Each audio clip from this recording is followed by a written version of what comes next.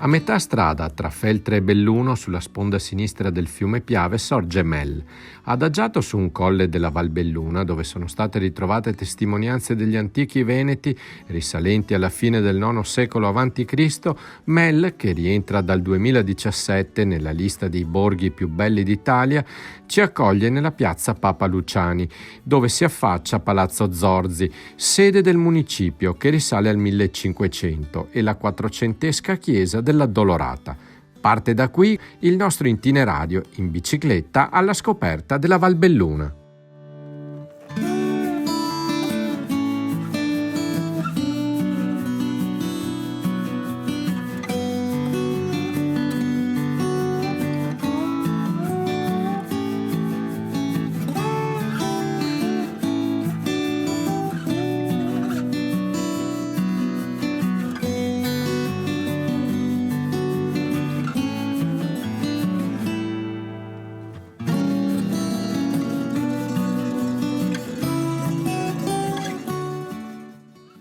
Buongiorno, Simone Deola, assessore di Borgo Valbelluna al turismo e all'agricoltura. Un buon caffè è quello che ci voleva prima di partire per una visita a quello che è uno dei borghi più belli sicuramente del Veneto e anche d'Italia. Benvenuto Andrea a Mel, dicevi giustamente, ci troviamo a Mel di Borgo Valbelluna, in uno dei borghi più belli d'Italia, in questa meravigliosa piazza cinquecentesca che ci ricorda appunto un campo veneziano ed è un marcatore importante di quella che è la storia di questo territorio. Intorno a voi vedete una scenografia che ricorda molto appunto un campo veneziano, e questo è dato dalla storia di Mel principalmente. I palazzi che qui vedete hanno proprio la conformazione dei camini del Palazzo delle Contesse, le strutturazioni interne proprio della forte presenza della Repubblica di Venezia qui nel Cinquecento. Ce lo ricordano ad esempio i camini, ce lo ricordano ad esempio gli affreschi interni al Palazzo del Municipio, le meravigliose corti interne che si affacciano su questa piazza, e appunto fanno sì che 3 anni fa il borgo di Mel sia diventato uno dei borghi più belli d'Italia. C'è anche un museo molto interessante che parla della storia del Veneto. Assolutamente, la storia di Mel si perde nel corso dei secoli. Diciamo che abbiamo attestazioni addirittura che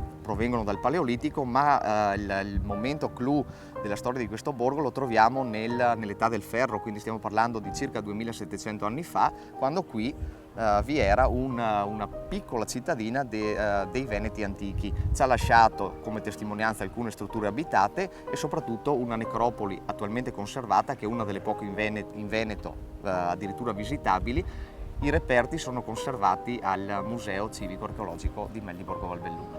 A Mel e in Borgo Valbelluna si possono sfruttare i tanti percorsi a piedi, con la bici elettrica come stiamo per fare noi. Ci si può davvero immergere in tanta arte, storia e cultura. Abbiamo la fortuna di avere un territorio che a 360 gradi si presta proprio a una fruizione turistica. La parte storica l'abbiamo vista, siamo qui in uno scrigno meraviglioso. La parte naturalistica, che riguarda tutto il territorio, va dai sentieri percorribili con il trekking oppure in bike, dalla parte del canyoning, le meravigliose forre, le grotte, i brand dell'arte con le loro stratificazioni geologiche, e la parte naturalistica in generale fanno di Borgo Valbelluna, a mio avviso, uno delle mete turistiche più appetibili che ci sono qui nella nostra zona. Allora, Simone Deola, grazie. Buona giornata e io riprendo il mio cammino. Grazie a te Andrea, a presto. E buona giornata. Grazie. A te. Grazie.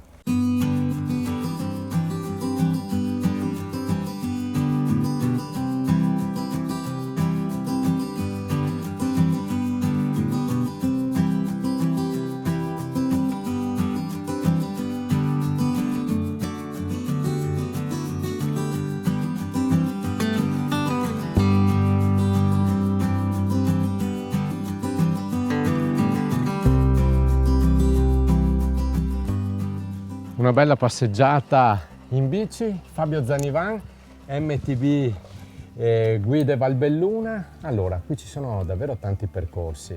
Sì, ciao Andrea, benvenuto a Tiago. Siamo in Valbelluna e i percorsi che si possono fare sono infiniti. Se preferisci un giro tranquillo in pianura lungo il Piave, possiamo fare un giro tranquillo in pianura. oppure da qui si può andare a vedere il Castello di Zumelle, oppure spingerci sulle Prealpi, andare fino sulle creste, vedere il mare, vedere le Dolomiti.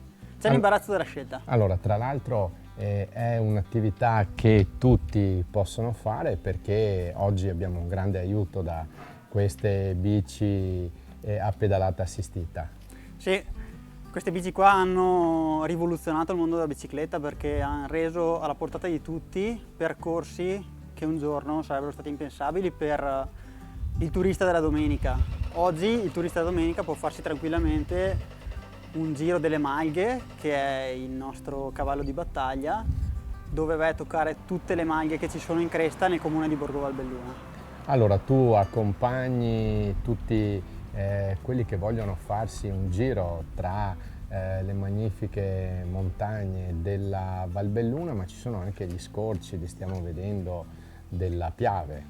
Sì, anche la parte bassa della Valbelluna ha il suo fascino, specialmente in periodi di primavera-autunno, quando magari il caldo non è così forte, e si possono fare svariati percorsi, dai single track tecnici anche in pianura fino alle ciclabili, o comunque ai percorsi adatti anche alle famiglie, perché le biciclette elettriche non sono solo per gli adulti, ci sono anche le biciclette elettriche per bambini. Per i bambini, allora sì. Quindi davvero aperto a tutti. Allora Fabio, quale percorso mi consigli oggi? Cosa andiamo a vedere? Oggi andiamo a vedere il Castello di Zumelle. E allora direi che possiamo partire. Andiamo!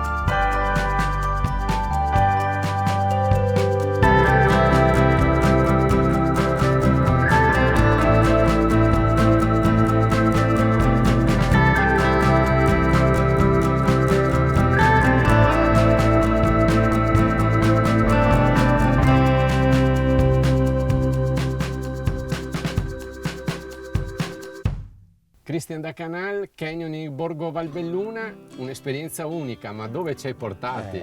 Vi ho portato in quello che potrebbe essere definito uno dei più bei canyon di livello semplice che c'è nel nord-est Italia, che è il torrente Rui, che arriva su quella che è la famosa Grotta Azzurra. Che cos'è il canyoning? Il canyoning Cristian è una Canale? disciplina che nasce in Francia più di 20 anni fa, infatti lì è già uno sport molto praticato, dove ci sono molte scuole e ci sono molte attività.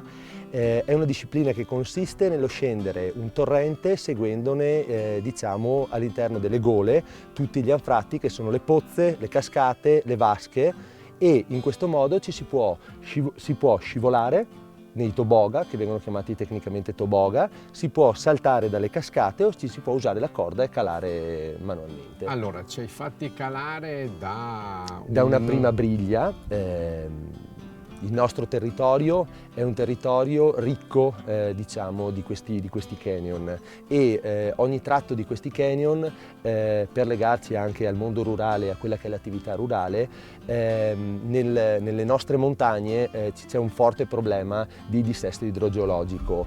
Negli anni 70 hanno realizzato, proprio per fermare il movimento franoso di queste colline dove erano coltivate verso la valle, hanno creato queste barriere che hai avuto l'opportunità di calarti su una di queste alta 30 metri, e hanno creato questi tappi. Questi tappi venivano riempiti di ghiaia a monte e quindi fermavano i pendii, e i pendii potevano essere lavorati.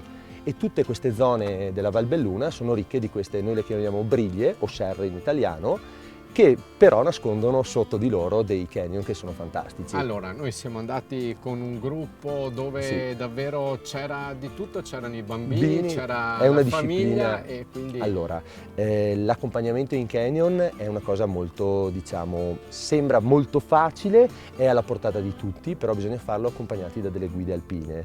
Perché? Perché le guide sono delle persone che hanno una formazione specifica per poter accompagnare le persone all'interno di questi canyon, dove comunque possono anche variare durante la giornata le condizioni meteorologiche, quindi può esserci un innalzamento dell'acqua, può esserci un giorno che abbiamo poca acqua, possono esserci delle cose che variano.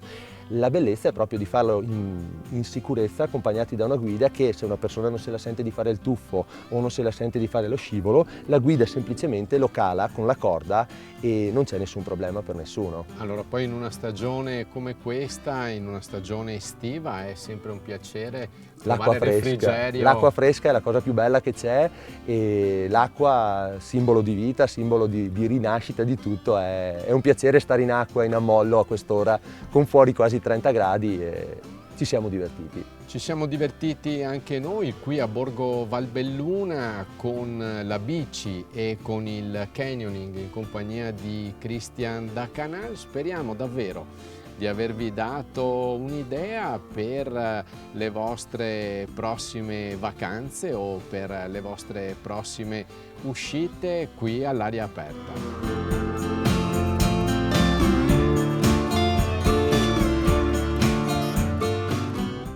Il nostro è solo un arrivederci alla Valbelluna, con i suoi spettacolari panorami e le molteplici possibilità di scoprire e godere il paesaggio a cavallo, in bicicletta, a piedi e nell'acqua fresca di un torrente.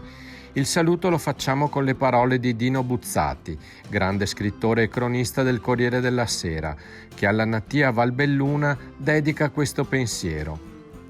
Le impressioni più forti che ho avuto da bambino appartengono alla terra dove sono nato, la valle di Belluno, le selvatiche montagne che la circondano e le vicinissime Dolomiti.